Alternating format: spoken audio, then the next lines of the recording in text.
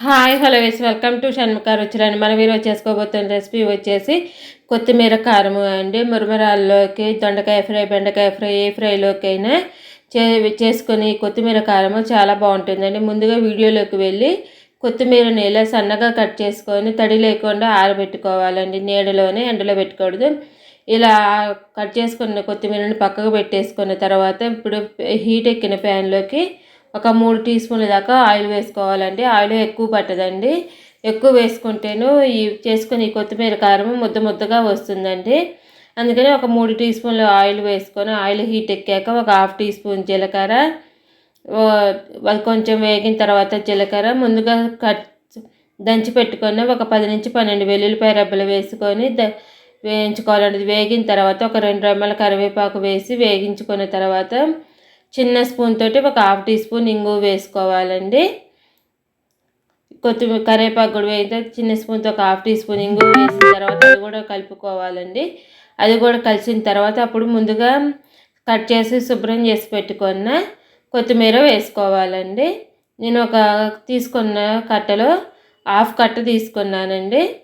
ఈ కొత్తిమీర కూడా వేసుకున్న తర్వాత ఇదంతా బాగా దగ్గరకు వచ్చేంత వరకు వేయించుకోవాలండి. కొత్తిమీర బాగా దగ్గరకు వచ్చేంత వరకు వేయించుకున్న తర్వాత అప్పుడు మిగిలిన మసాలాలు వేసుకోవాలండి. ఇదంతా దగ్గరకు వచ్చేంత వరకు వేగిన తర్వాత అప్పుడు మా వీడియో కనుక కొత్తగా చూస్తున్న వాళ్ళైతే మా ఛానల్ని సబ్స్క్రైబ్ చేసుకొని మేము పెట్టే వీడియోస్ మీకు ఎప్పటికప్పుడు నోటిఫికేషన్స్ వస్తూ ఉంటాయండి.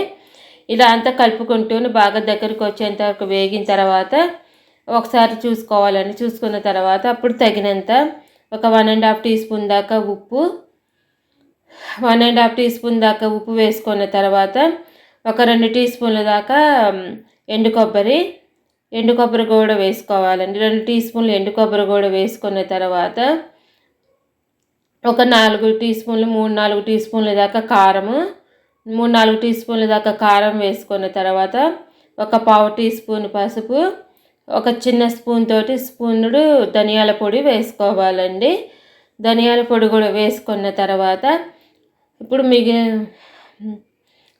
అప్పుడు పుట్నాల పొడి ఒక కప్పు దాకా పుట్నాల పొడి వేస్తున్నానండి. నేను మీరు తీసుకునే మెజర్మెంట్ని బట్టి మీరు అన్నీ మార్చుకోవచ్చండి. ఎక్కువ పుట్నాల పొడి వేసుకుంటే కొంచెం ఎక్కువ ఉప్పు, ఎక్కువ కారము, ఎక్కువ ఎండు కొబ్బరి వేసుకోవచ్చండి. ఇది ఒక నెల రోజుల పైన సరే స్టోర్ ఉంటుందండి. ఎప్పుడు కావాలంటే అప్పుడు ఎందులోకైనా వేసుకోవచ్చండి. అంటే ఎక్కువ పిల్లలు ఫ్రైలు అంటే ఇష్టపడతారు కదండి. దొండకాయ ఫ్రై, బెండకాయ ఫ్రై అలా అంతా కలిసేటట్టు కలుపుకున్న తర్వాత దీని ప్రస్తుతానికి ఒక బౌల్లో తీసుకొని సర్వ్ చేస్తున్నానండి. ఇది చల్లారిన తర్వాత ఒక గాజు సీసాలో పెట్టేసుకుంటేను నెల రోజుల పైన నిల్వ ఉండే ఎందులోకైనా సరే నిమిషాల్లో రెడీ అయిపోతుందండి. ఫ్రై అనేది మురుగురాల్లోకి రెడీ అయిపోయామండి. కొత్తిమీర కారం రెడీ అయిపోయినట్లేనండి. మా వీడియో కనుక మీకు నచ్చినట్టయితే లైక్ చేయండి, షేర్ చేయండి, సబ్స్క్రైబ్ చేసుకోండి. ప్లీజ్ సబ్స్క్రైబ్ అండ్ లైక్ చేయండి. Thank you for